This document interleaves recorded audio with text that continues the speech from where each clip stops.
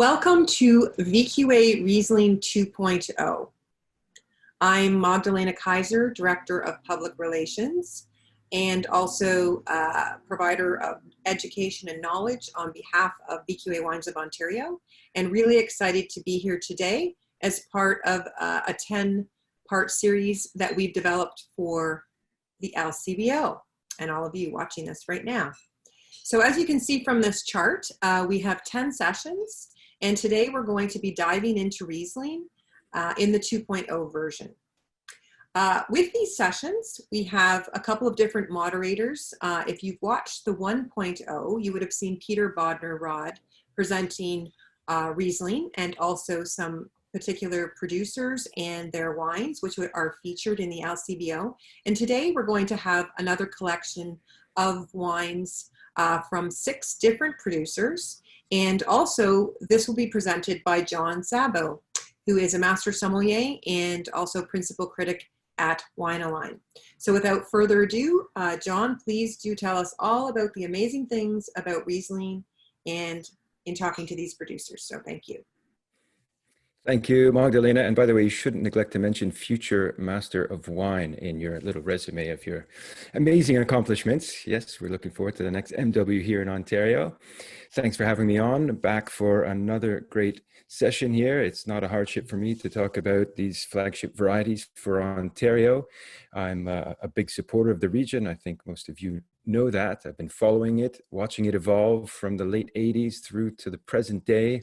Been tasting widely across Canada and certainly across Ontario, and been thrilled to see the improvement in quality, leaps and bounds, the development of the industry, the maturing of the industry, really cohesing into a really compelling story that is now being shared a little bit more around the world. So today we're going to focus on Riesling. It's a variety that all of us in the trade love. We know it's taken a little bit longer for consumers to fall into line, but I would say that there's a real good confluence of factors now for the Ontario wine industry that are coming together to make a compelling story and to draw people into the category. We can talk about the shift in international preference and national preference towards cool climate style wines, wines with higher acidity, wines with a little lower alcohol, wines with high drinkability and enduring loveliness, to steal that great phrase from Andrew Jefford.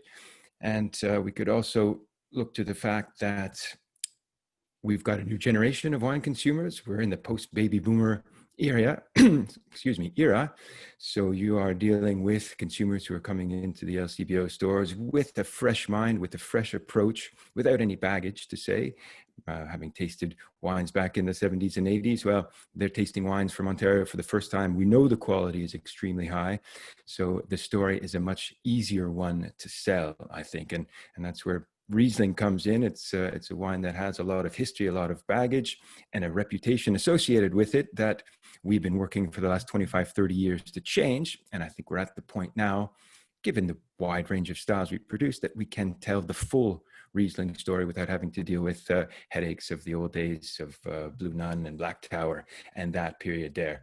So I'm going to call upon all the winemakers who have joined with us here today to tell their story, to share their perspective on Riesling in particular, why it grows so well in our cool climate, in our soils, and share a little bit of the backgrounds. We've got Gabe DeMarco from Cave Spring Vineyard. We've got Daniel Speck from Henry of Pelham, Harold Teal from Hidden Bench Estate Winery, Shauna White from Adamo, Ryan Aldridge from down in Colchester, Lake Erie North Shore, and Brian Schmidt from Vineland Estates. So we're dealing with estates that have put a focus on Riesling and make some of the province's best examples. Before we bring them in, let me give you a brief bit of background about the situation. If you want some more detail, I go into it a little bit more deeply in the first session on Chardonnay, but just to remind you what the overarching story for Ontario wine is these days, it can be summed up pretty much by latitude, lakes, and limestones. Pretty easy to remember those 3 things. Latitude, of course, is important no matter where you are in the world, and there's a relatively narrow band of where quality wine tends to be made. In Ontario, the vineyards range from over 45 degrees north. If we look at the Ottawa Valley in one of those emerging regions, down to about 41 degrees. So a pretty neat band that, as you can see, puts us in the same latitude as many other great wine producing regions of the world. Obviously, nobody's going to try and convince you that we have the same climate as Tuscany or Mendocino, Northern California, those areas that share a latitude.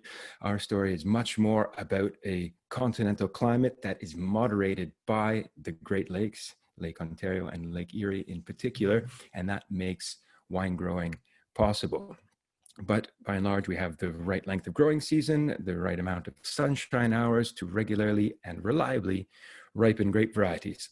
Here's a neat little cross section of the Great Lakes. I'll just point out one thing very briefly, and that is the depth of Lake Ontario. You can see it's the second deepest of the Great Lakes after Superior, over 200 meters, 224 meters deep. Why is that critical? It means that it's such a thermal mass, an energy sink, as they say, that it never really freezes, other than in some very shallow shoreline areas. And that means that even when it's minus 20 degrees outside, the water is above zero, and that provides the critical moderating protective effect during those cold Canadian winter nights, which we are all familiar with. And then it also heavily moderates the beginning of the growing season and the end of the growing season, stretching it out, delaying bud break when it's necessary to get past the danger of that last frost, and extending it on the other side, delaying the first frost so that we get full ripeness. But essentially it means that your distance from the lake becomes critical. And same also in Lake Erie North Shore area, although Lake Erie is a much shallower lake, so a different type of moderating effect. We'll get more into that in a moment. And then I mentioned limestone. You've seen the Niagara Escarpment. If you've been to Prince Edward County, you've driven through the roads there, you see cuts of layered limestone here. I'm not going to go into the chemistry of limestone, but I'm going to talk about its effect on the drainage capability of otherwise fairly heavy clay or silty soils. And drainage is one critical aspect for quality grape growing. Down in Lake Erie North Shore, we'll talk a little bit more about sandy soils, which lend themselves to a different style of wine, and carry on the discussion from there. I'd be remiss not to briefly mention the other great influence on the soils of Southern Ontario, and that is glacial erosion. 14,000 years or so ago, we were completely covered by a massive ice sheet, many meters thick, a couple of kilometers in fact, which as it receded, ground up the soils, creating this glacial till, as it's referred to, dropping some erratic boulders here and there, but really grinding up that underlying limestone into, in some cases, a fine powder, and in other areas, scraping off the topsoil and leaving just a limestone shell for the most part. So really critical factors: the latitude, we're in the right place. The lakes make grape growing possible, and then throw in some limestone and glacial till, and you've got a perfect storm for quality wine production. So again, just a brief little reminder about the hierarchy of the appellations. You're all familiar with the little pyramid rather. So the base level we would call VQA Ontario. So that would be for grapes grown in any one of the different viticultural areas or emerging regions. If they were bottled mixed up together, they would come as VQA Ontario. Above that, one of the three appellations: Niagara Peninsula, Lake Erie North Shore, Prince Edward County. And then in certain appellations, there are sub-appellations, mainly the Niagara Peninsula with its 10 sub-appellations, also the South Islands in Lake Erie North Shore. And then at the top, generally where you find the top quality in a winery's portfolio, a single vineyard designated wine. That is from a vineyard that over time has proven itself to create at least a very distinctive style, if not the top quality in the portfolio. Quality is always a little bit more challenging to define, but distinctiveness, we can all dig our teeth into that. All right, and then a brief view of the appellations. We know where they are: Prince Edward County to the east of Toronto, the Niagara Peninsula, and Lake Erie on the north shore of Lake Erie. Let's talk briefly about the Niagara Sub-Appellations. I'll get the winemakers to speak a little bit more deeply on this, but remember what I was saying about distance from the lake being one critical factor, and the other main topographic feature in this part of Southern Ontario is the Niagara Escarpment itself, which is not a massive cliff, but it's enough of an escarpment that it contains that moderating effect of the lake in this little section that runs from the shores of Lake Ontario to the base of the escarpment. And, you know, you can grow grapes up in Vinemount Ridge. It's a little further away. It's a little less moderated. It's a little cooler and well suited to, say, Riesling or really steely styles of Chardonnay. And in general, across the peninsula, in my experience, this tends to be a slightly cooler area, this escarpment area, versus the Niagara on the Lake area with appellations like 4 Mile Creek and St. David Bench, which is marginally warmer, but warmer enough that the style of wine does change and the varieties that can be planted also change. And here's a nice visual. This is the Cave Spring Vineyard. You can see here, just lying under the escarpment.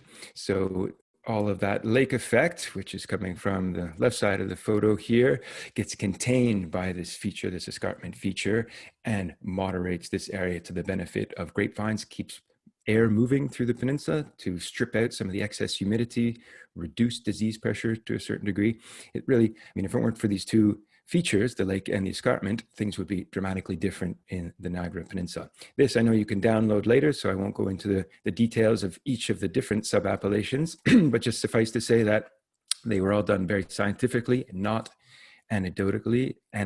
It wasn't winemakers saying, okay, it's slightly different here and slightly different there, let's create separate appellations. It was done by Dr. Tony Shaw at Covey University based on hard data, climate data, topographic features, soil types, et cetera, And I'm only going to point out a couple of things on this slide, as I did in the previous presentation, just to show you the nuances of temperature differences that make all the difference in the world for grapes. Here, growing degree days, you can see in the escarpment areas at 1583, with 205 frost-free days, or days above -2. If we were to compare that to just across on the other side of St. Catharines and Niagara on the lake area, and that's crept up a little bit, the growing degree days. You can see 1597 and slightly longer growing season. That means, you know, easier to ripen Cabernet Sauvignon, easier to ripen Syrah, for example, or make broader styles of Chardonnay, or slightly riper, perhaps drier style of Riesling.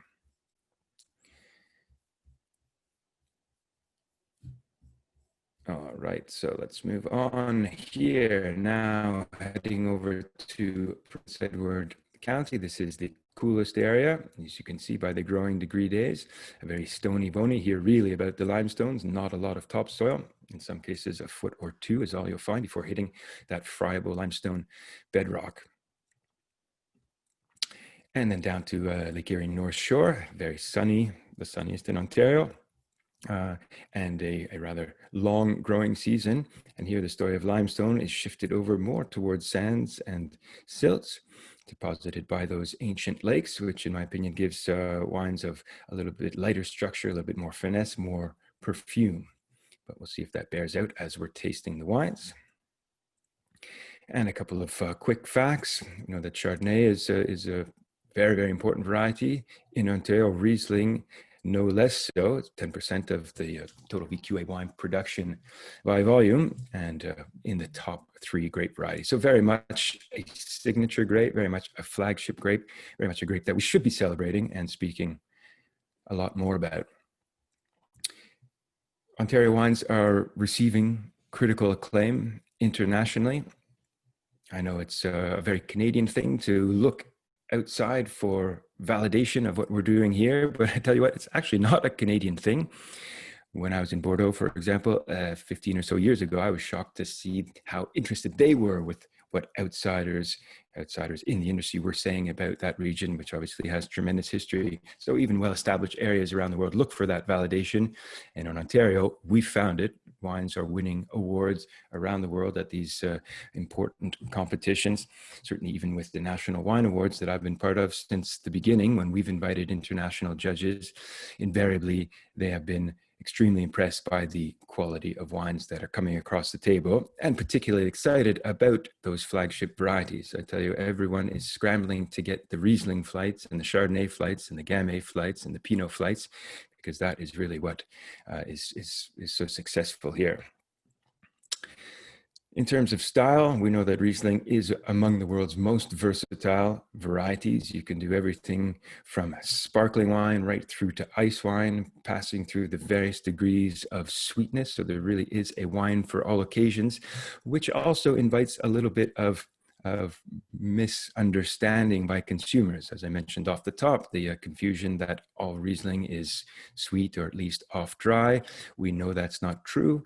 We've seen styles evolve in Ontario over the last 30 years or so. I'd like to hear from the producers where they think the stylistic evolution is going. I know many producers moving to a little less residual sugar, a little drier. Or should we focus on one style? Always important questions to ask oneself, and it's more a marketing rather than a regional part of the story, but one that has to be addressed nonetheless. And food pairings, well, we would have to, spend a long time to list all of the possibilities with Riesling. Certainly, again, one of the most versatile varieties at the table because of its acidity, because of the range of styles produced. I would just like to point out that off-dry wines with a little bit of sweetness, are terrific with anything that has its own sweet, sour tang.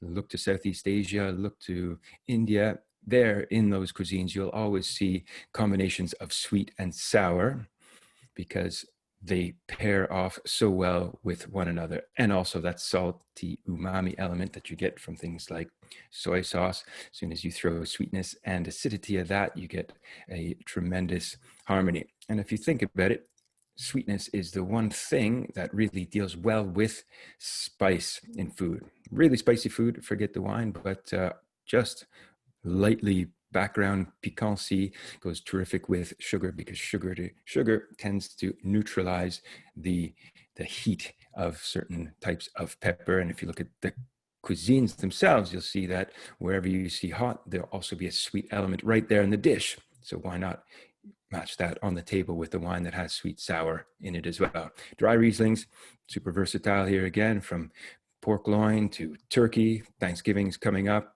Riesling is just a brilliant wine at the Thanksgiving dinner table. And then when you move over into the sparkling category, we're always joking in the trade that when you're not sure what to pair, sparkling wine is your go-to option. Sparkling Rieslings tend to be more Charmat than traditional method because you want to enhance all of the beautiful perfume that Riesling gives us. So a little bit less of that toasty, biscuity character from traditional method wines, and a lot more of the bright, vibrant, fruity, floral side, plus acidity, plus carbon dioxide, all of which makes it, ideal with your sushi, your oysters, those sorts of things. All right, enough about those sort of dishes. Let's talk briefly about some cheese, what goes well with, say, dry Riesling. Head over to the Upper Canada Cheese Co. and grab some comfort cream. See how that combination of rich and creamy plus high acid works so well. And when we're in the Riesling category, we can include things like ice wine and bring into the discussion really pungent, salty, intense cheeses like blue cheese, which goes really well with sweet wines in general. And Riesling makes one of the world's most brilliant ice wines, as we all know, with the combination of acid and sugar that's pretty much unparalleled. And then, take your pick of other things to play around with. I like old cheddars, aged cheddars with a little off-dry Riesling. The Sweetgrass Buffalo Milk Gouda from Guns Hill, again with an off-dry Riesling, is a really terrific match.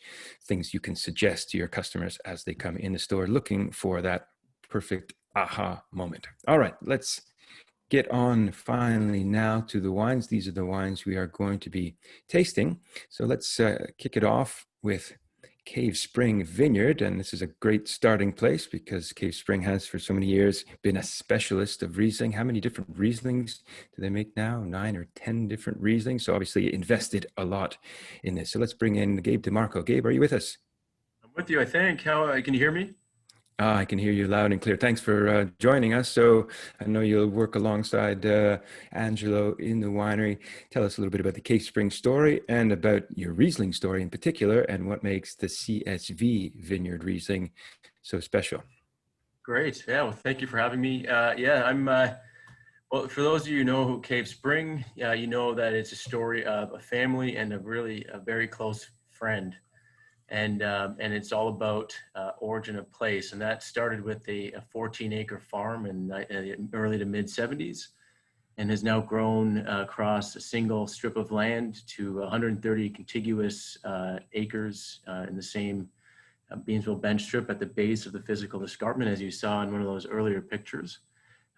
We have another 30 acres on the bench as well that are not contiguous on either side of a ravine, and then a small holding in Lincoln Lakeshore, just north of us. And that's where we source our fruit for the entirety of our portfolio. Mine is a very small percentage. I'm, of course, the lucky guy that is that's kind of working with Angelo in the present and into the future to carry on the great tradition of Cave Spring. And so in no wine or family of wine, I should say, because we have a CSV Chardonnay as well, speaks more to place than the CSV Riesling, which stands for Cave Spring Vineyard. Now, of course, the CSV is not as readily available as our Riesling estate. And that is also a dry style of Riesling. So we have 3 dry Rieslings in the LCBO. The CSV is, of course, the pinnacle of what we do. Its average vine age is 42 years. The kind of little brother to that is the Riesling estate, which is also dry, and then the Riesling dry at the entry level, and our off dry as well. And really our focus with the CSV is kind of to kind of express in any given year the maximum potential of the variety that is on the label. So in 17 we had a cool year with a very beautiful fall, a long fall. So we hung this wine, the grapes for this wine all the way, and we're harvesting in the middle to the end of November. The wine hung through a couple frosts, and I really love this wine for that. You can get those nuances of the late harvest feel to the wine from the late hang. Then we brought it into the winery. We fermented with very little temperature control and all natural yeast. And then once the fermentation was finished, really to kind of flesh texture of the wine and really to kind of get the wine to have stable aromatics and a stable mouthfeel and balanced at the dry level that it is. We left it surly for 8 months, very minimal sulfur, just enough to inhibit malolactic fermentation.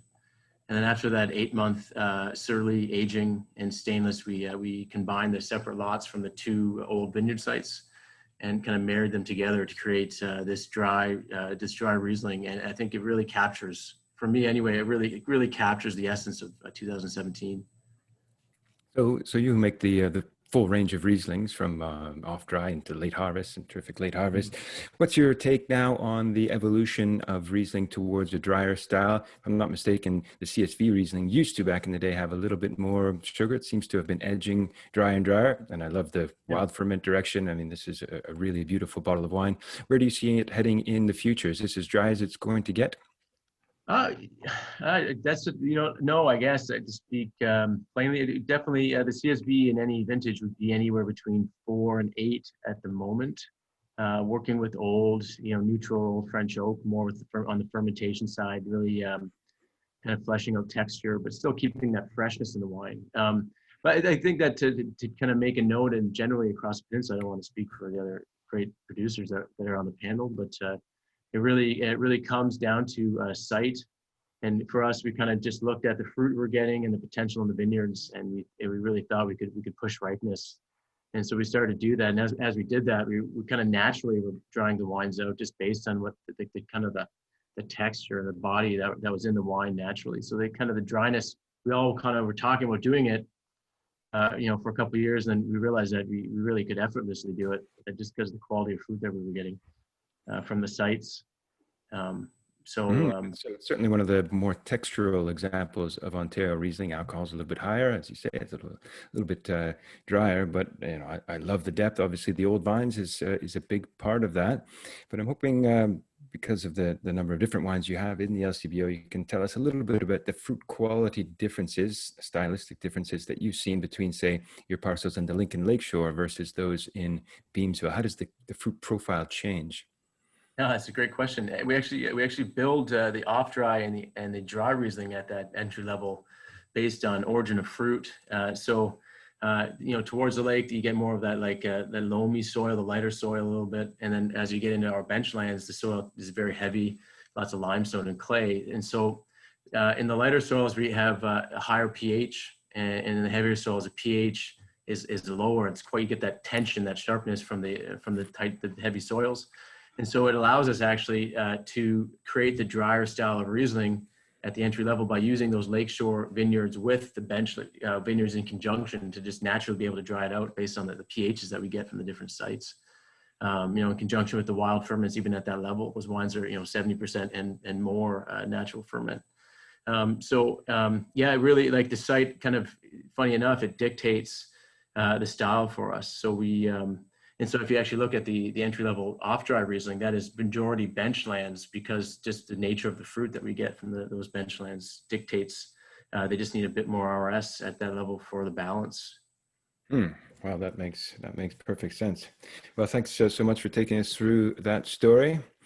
Thanks for giving up your acting career to become a winemaker, because we're all the richer for it. All right, Gabe, thanks very much. Thank you. Have a great one. All right, now let's bring Mr. Daniel Speck into the conversation from Henry of Pelham Winery. Daniel, are you there in your virtual vineyard? Coming in hot. All right, that's a gorgeous vineyard you have right behind you. Okay, so tell us a little bit about your story. Maybe you even want to go back to the shovel planting days, or maybe you want to fast forward to the future and tell us about your long history with Riesling and your vision of the evolution in style, or has there been an evolution? Have you stuck with it in the same way from the beginning? Well, I mean, in this little virtual background, that's actually the view outside of my office where I am right now, but just a better take on it of a Riesling vineyard we planted about 21 years ago, I think it is. Our oldest block, as you alluded to, goes back to about 1984, which we literally shovel planted the first vineyards on our site. Something that I look back with fondness now, but did not look at fondness upon at the time. But it was an interesting experience. Some of the first things we planted on our farm, Baco Noir, and of course Riesling. The oldest, I guess, to kind of answer your question about how style has evolved. I mean, I think we look at it two ways. We try to when it comes to things like residual sweetness, for example, and dryness in the wine and such, we're more concerned with balance every year, and I think probably many of the winemakers you talk to will say something to a degree that's similar, and balance has got to be the first thing you look for. And then after that, though, then there's just what is the style of that wine.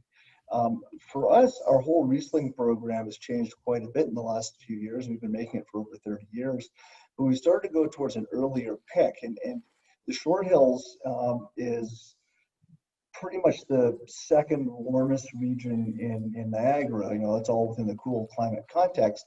But we've got a lot of south-facing slopes. Something like 90% of the south-facing slopes in Niagara are in this one little place.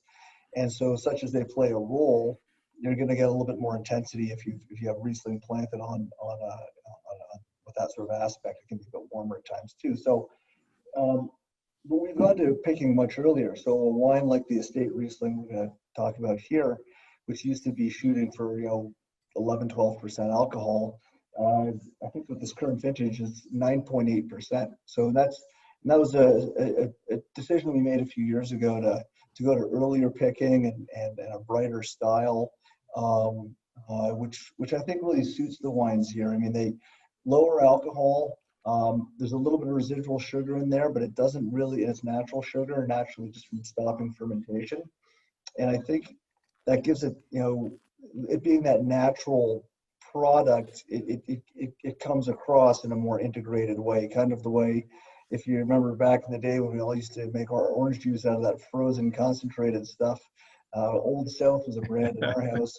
Comparing that to just fresh squeezed orange juice. I mean, they're both orange juice, but one is clearly different than the other. And the fresh squeezed stuff just had it just the natural flavors carry through just more seamlessly.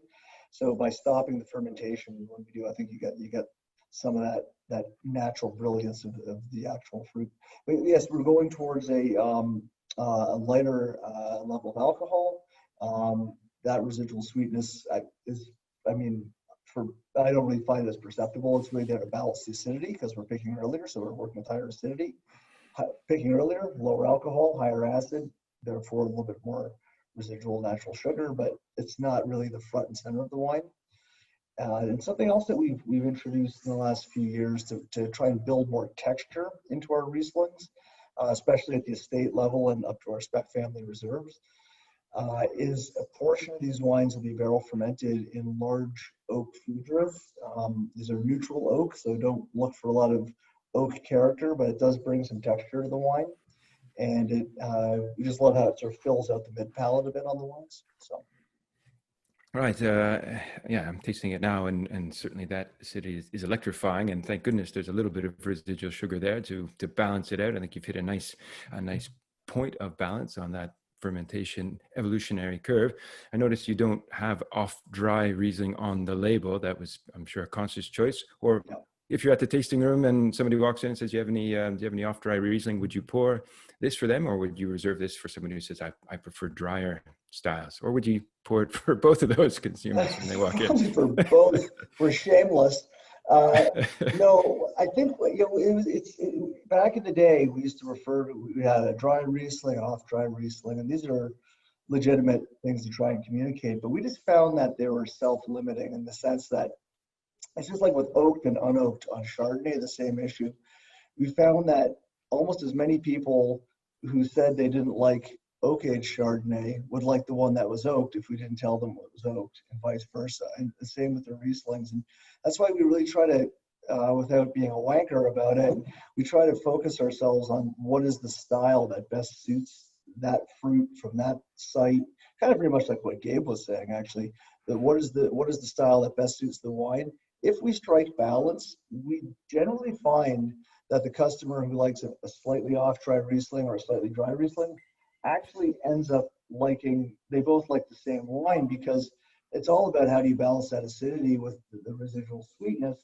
We're not making a sweet wine. We're not making an off-dry wine. We're making a balanced wine. So I kind of, when I get asked the question by a customer, I try and hide under the table as long as I can, and then finally just give them a glass and say, tell me what you think of this one, and hopefully it all works out, and usually it does.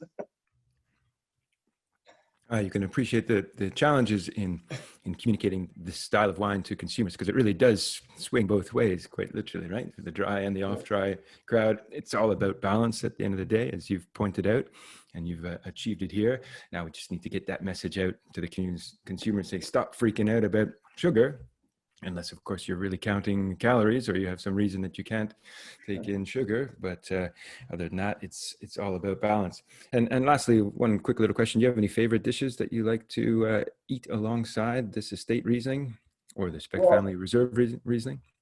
Yeah, it's interesting. I always, lean back to what Bill Munley said, which, about Rieslings like this. He might even have said it about ours. I can't remember, but wines in this style are kind of like diving into a freezing cold pool on a hot day.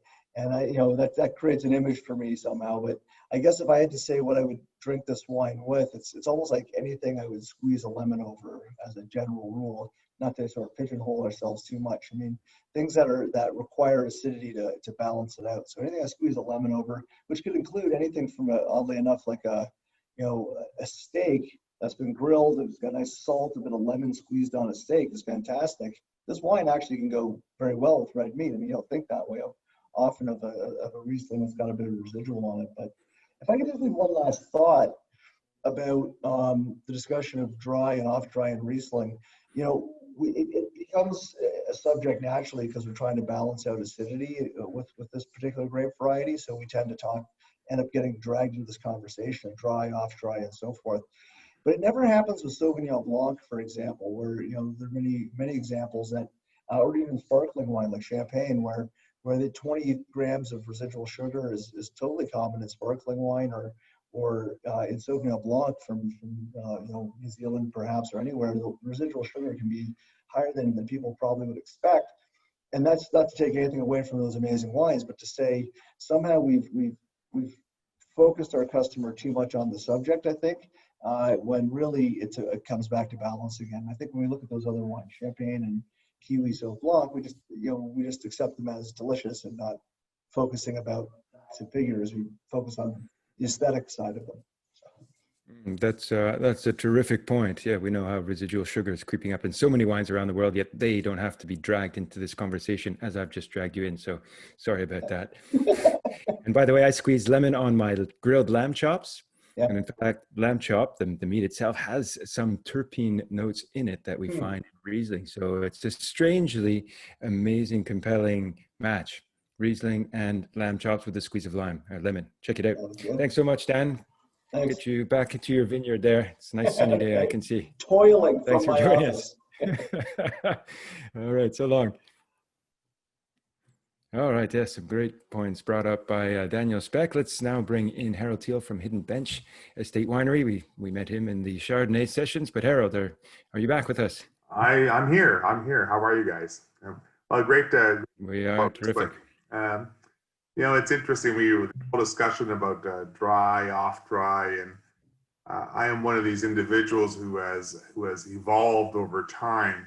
At Hidden Bench, when we initially started with our Riesling program, we were very dry, searing dry, as some people would say. And over time, our estate wine has progressed to having a little bit more residual sugar, but it's always about balance, as Daniel said, and every vintage is different, and it's very interesting to see how with the vintage fluctuations we have, how people treat Riesling differently in different years, and that's an interesting approach. So just a little bit about Hidden Bench. We are a estate winery, as most of you will know, as we've done a lot of PC presentations, and so we only make wine with fruit that we grow. We're certified organic. And the Riesling is very simply made.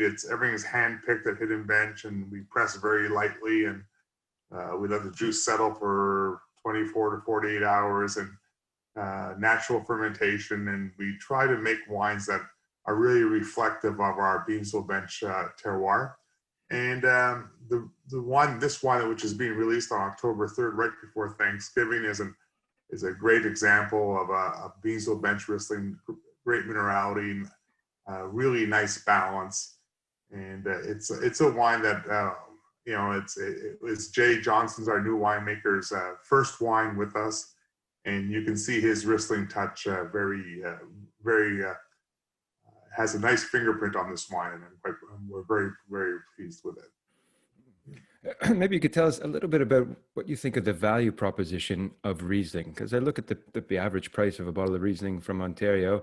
Even the top stuff kind of tops out at, I don't know what the most expensive bottle is now, but somewhere, let's call it 40. Whereas I know with your Brunant, for example, your Bordeaux style red, you're heading into 80s. Do you feel that you put so much love, you invest so much time and effort to make great Riesling, yet are cut off by the market for the amount of money you could ask for this wine? Well, I think we do have some Rieslings that are more, our single vineyard Rieslings are more money than this, but Riesling is a wine that doesn't require any oak. It's relatively easy to make. It's quick to market, and it has great aging potential. So I think Riesling in Ontario really is a fantastic value for the consumer. And when I look at Rieslings from Oregon or from even New York, across the board, I think Ontario Rieslings are really tremendous value. And it's interesting how people from away will say that they're great value, and people from here will say, geez, they're expensive. So it's an interesting way. If you look at this estate Riesling, first of all, it's certified organic, which entails a little bit more cost in terms of its production. But at the same time, I think that the wine really does deliver a lot of flavor and a lot of really nice flavor profile for the price point. Well, if you get the combination of climate and variety right, and for Riesling, that's almost invariably cool climate with very few exceptions, you're able to build on so much flavor on such a light frame. I always look at the alcohol on a bottle here, 10.5%, yet how do you get so much flavor in such an apparently light, delicate, ethereal wine? And that's the magic of Riesling. Factor in the value equation, and that's why we in the trade have been pumping it up, but at the same time, try not to tell too many people because that might drive the price up. But for me, I mean, around the world, the top examples tend to be less expensive than your top of the line Chardonnay or Pinot Noir. So for me, excellent value. So Okay, thanks again for John, waiving the value. well, John, Justin, you asked about a pairing for this wine, and with Thanksgiving coming up, this is a fantastic wine to pair with. Some people eat ham for Thanksgiving along with the turkey, and this would be a great pairing to go with that ham as well. And lastly, what cheese from Upper Canada do you eat alongside this? I would think the nosy goat. I really like the nosy goat with the estate Riesling. It's a lovely pairing. Beauty. Tangy cheese, tangy wine. All right, let's head on down and pick some up. Thanks so much, Harold. Thanks for joining us. Have a great day. Thanks. We'll see you again. Nosy goat. All right. So now let's do two things. Let's visit an emerging region, but let's also stay in Niagara. We're going to talk about Adamo State Winery, and we have Shauna White. Do we have Shauna? Shauna, are you there? Thanks, John. I'll speak to where we're located, and that is in the hills of Hockley Valley. So Adamo State Winery is in an emerging region, and we are located 1 hour north of Toronto. We are on the Niagara Escarpment, believe it or not, and we have lots of limestone in our soil up here as well. And we have Riesling planted here on site, amongst other vinifera varieties. But today, the Riesling that we are speaking of is the David's Vineyard Riesling, which is from the Niagara Lakeshore. And this planting is actually very close to Lake Ontario. It's only about 2 kilometers away. And it's on a more sandy, loamy soil and more moderated by the lake, having the lake that close by. It's older vines, which is always nice to work with. And they've got great balance, a good rooting system. So we get wonderful flavors and concentration from the grapes that we get from there. It's one of our single vineyard Rieslings. We do make 3 single vineyard Rieslings. The David's Vineyard Riesling is an off-dry Riesling. It's about 12 grams per liter residual sugar. And like Dan Speck spoke of balance in Rieslings, that's what our focus was for this one as well. And that's why we got to that sugar level. We did it by taste and having the acidity and the sugar and the pH all in balance together. 2017 is the vintage of this wine, which was an awesome vintage for Riesling, one of my favorites. And so it really is focused and concentrated and a very ageable style Riesling as well, and pairs well with lots of foods too. I'd also like to talk a little bit about our estate Riesling because it's kind of precious to us as well.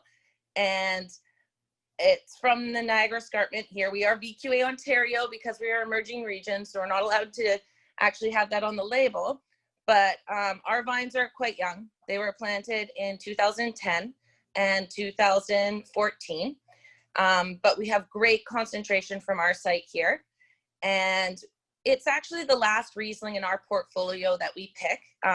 We do have a cooler growing season, some days hotter as well because we're further from Lake Ontario and we're far from Lake Huron as well. So we don't have that moderation or lake effect on our site. Our specific Riesling from our site always gets botrytis, which is pretty special for us, and the noble rot version. And one of the reasons for that is because it's always windy here on site. And actually, it's really bizarre for us when there isn't any wind here. So having that good airflow helps keep the clusters dry, allows the botrytis to develop in that noble rot.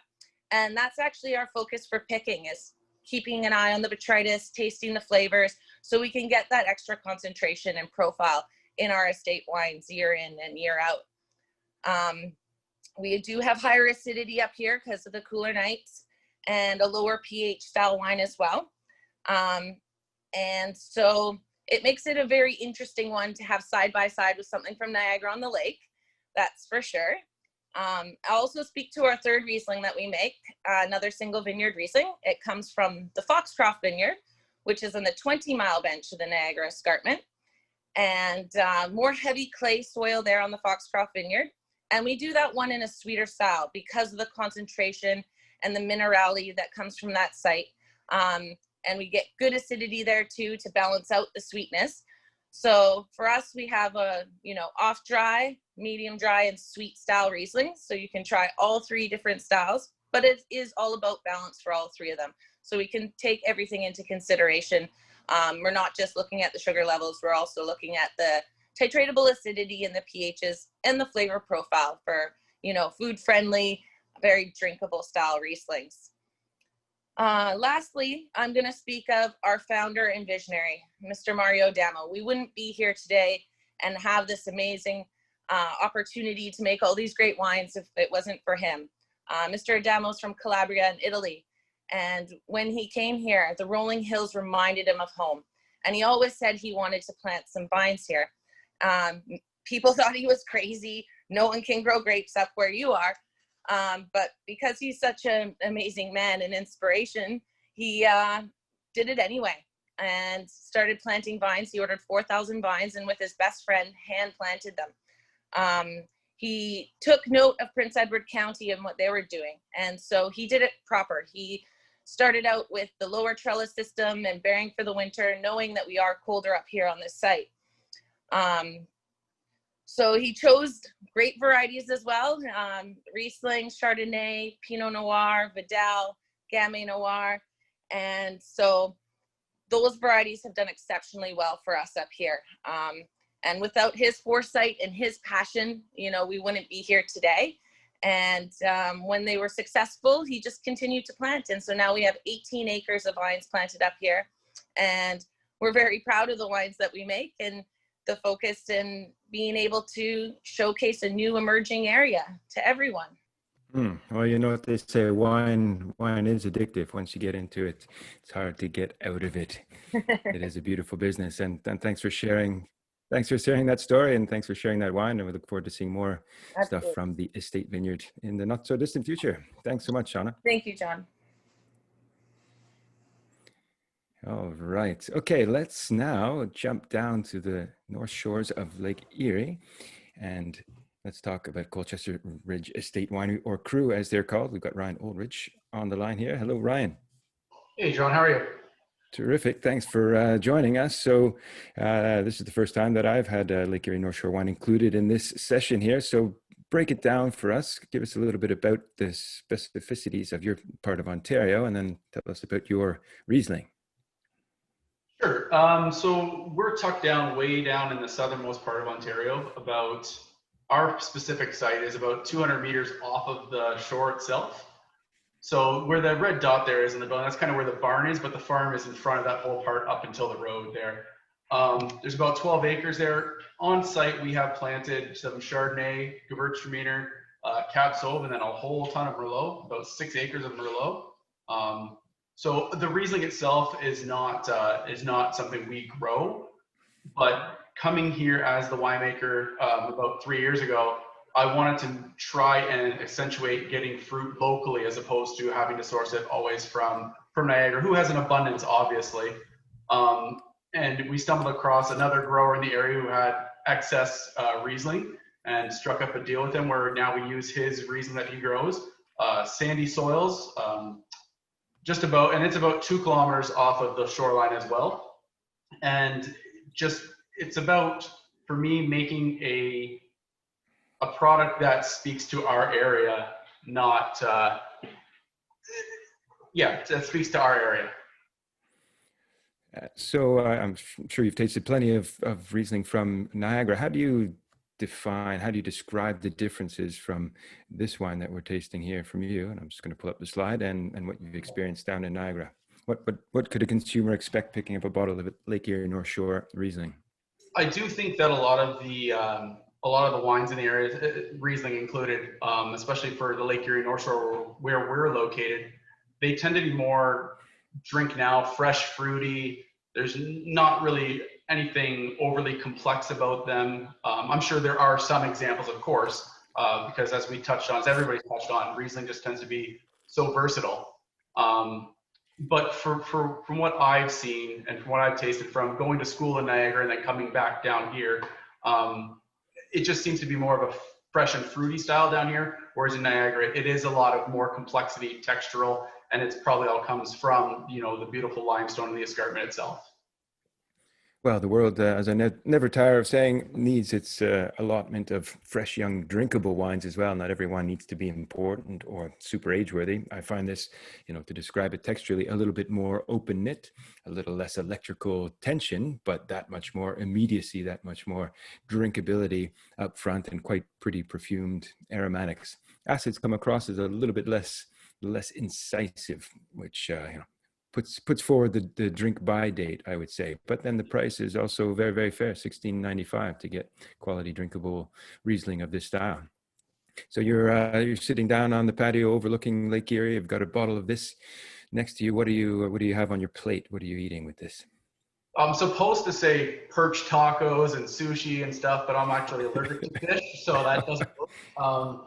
For myself, my wife and I, you know, it's usually like you had touched on with the previous slide, maybe a nice little charcuterie board with some Gouda cheese. Gouda's, I've got Dutch in me, and Gouda's what I was raised on, so it pairs very well with our off-dry style. Oh, terrific. All right. Well, there we go. Gouda cheese and a little charcuterie board. I have to confess, Ryan, my grandmother's from Harrow County, so that's a part of the world I know a little bit of, and it's kind of part home for me too.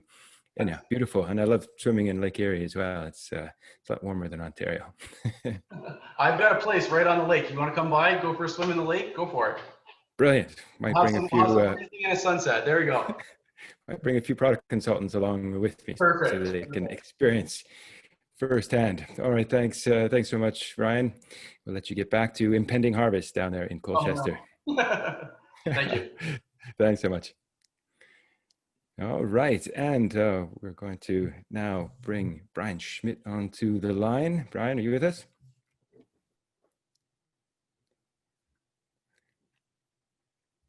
Here's a man with considerable Riesling experience with some of the oldest vines in the peninsula, going back to the late 70s. Actually, the original clone that was brought into Ontario, the Vice 22B as it's known, was one of the foundational plant material sources. All right, there we've got Brian. I was just telling the Vice story there, but maybe you can pick it up. Oh, fantastic. The tremendous history that Riesling has in Ontario and your observation of the evolution, since you've got as deep a history as anyone really in the industry. Well, you're right though. A story about Riesling in Ontario and certainly Canada could not be told without mentioning Herman Weiss's name. We lost Herman this year, and he'll be honored and cherished forever. And certainly on this property, he's had an indelible impact. When he planted these vines some 40 years ago, we actually celebrated the 40th anniversary last year in 2019 by taking 140 of our wine club members to Mecca, to St. Urbanshof in Germany, and they spent some time with Nick.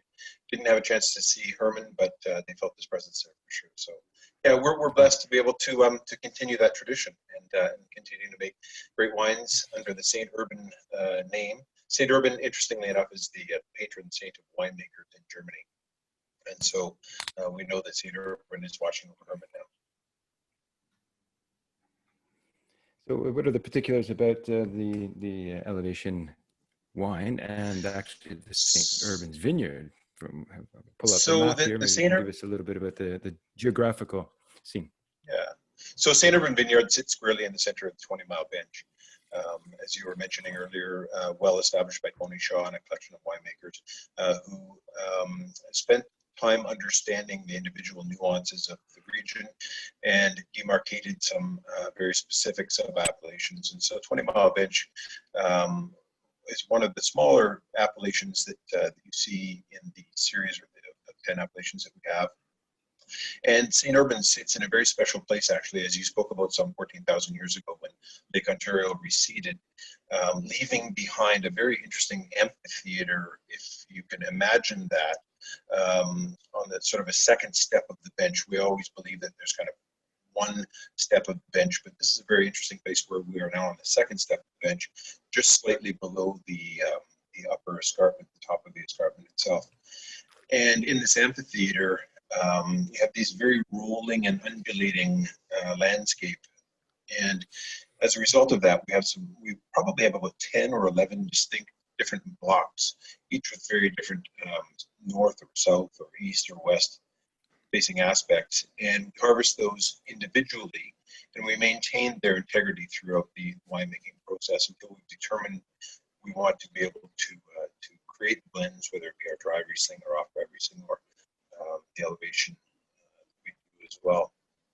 But as you were saying, when Lake Ontario receded some 14,000 years ago, it left behind that distinct fractured limestone. And because that clay deposit was much heavier, the lighter, siltier sands had a chance to kind of move away from the escarpment, leaving that heavy, dense clay for us to be able to plant our grapes in, and Herb and Weiss to be able to plant those grapes in 78, 79, and 80. And now we are honored to be the current caretakers of those. And it's interesting because in some previous years, we've had some very cold winters, and we've had to replant a portion of the St. Urban Vineyard. And I'm now fully understanding just how difficult it was for him to plant these vines here.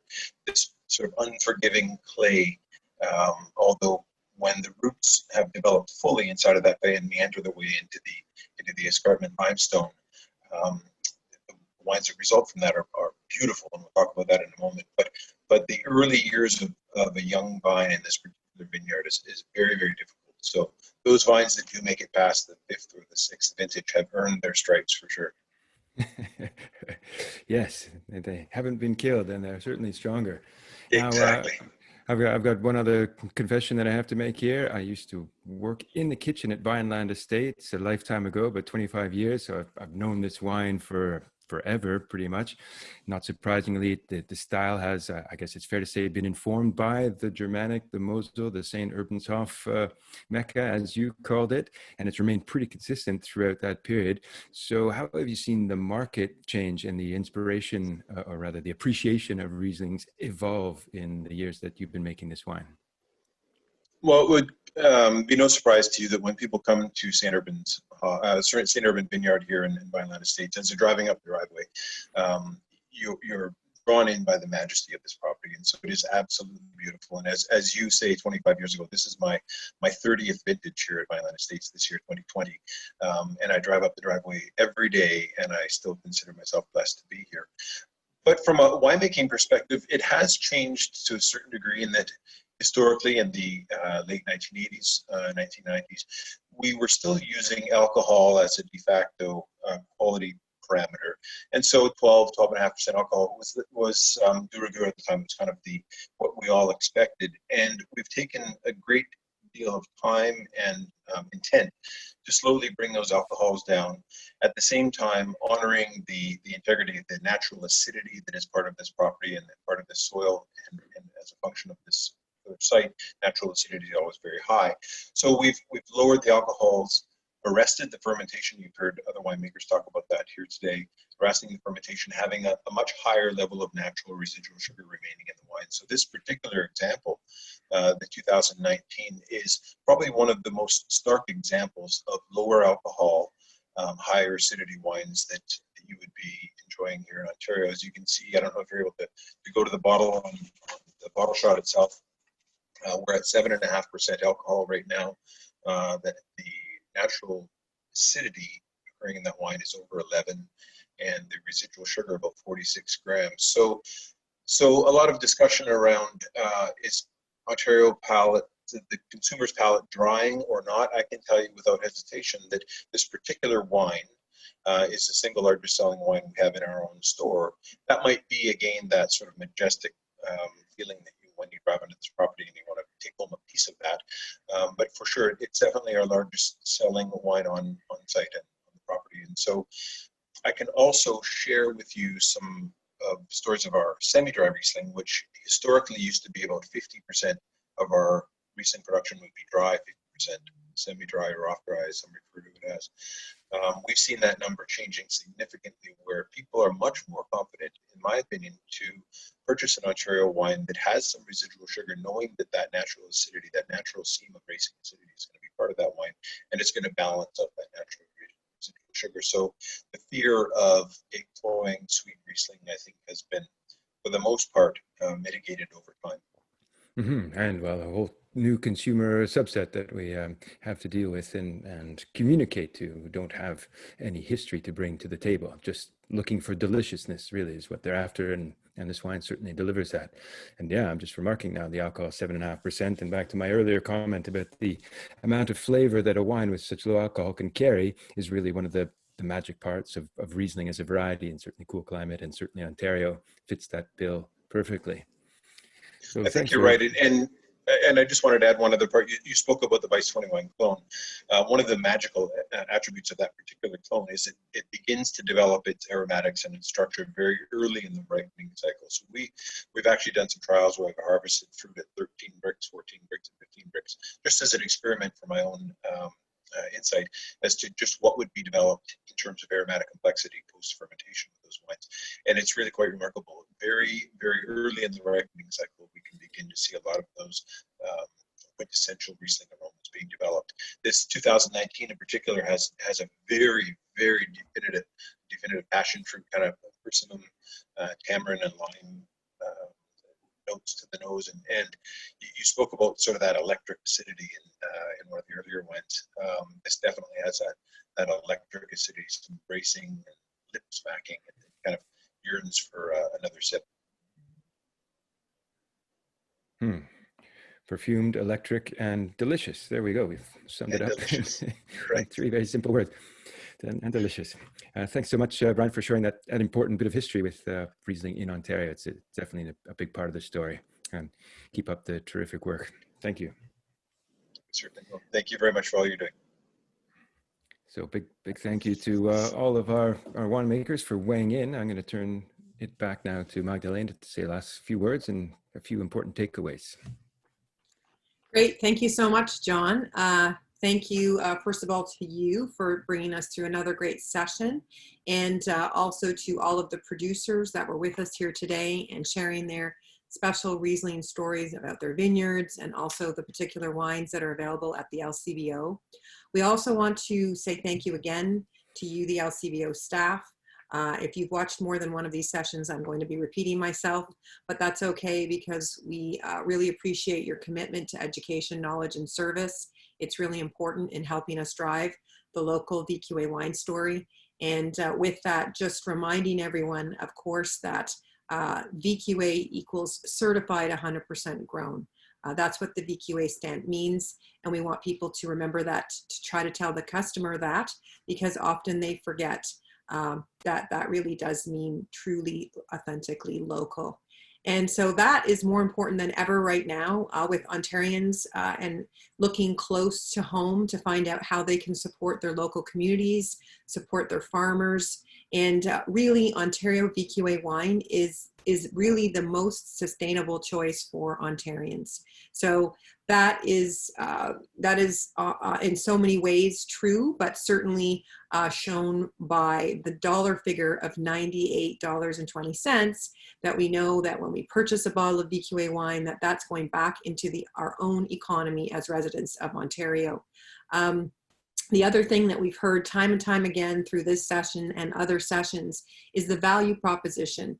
I just feel so fortunate to have grown up in this industry and to live here and be able to buy VQA wine and know that I'm getting amazing value when I'm comparing Riesling, for instance, from today's session from other places in the world. So congratulations to everyone in our community. And if we can just go to the last slide, I just want to remind everybody that if you have any questions about any of the wines from today or the wineries, please contact Doug Beattie. He is the Ontario VQA Wine Ambassador, and he's always available, hugely passionate and very knowledgeable about the region. So thank you again, and please tune in next time or next week for the rest of our series. Have a great day.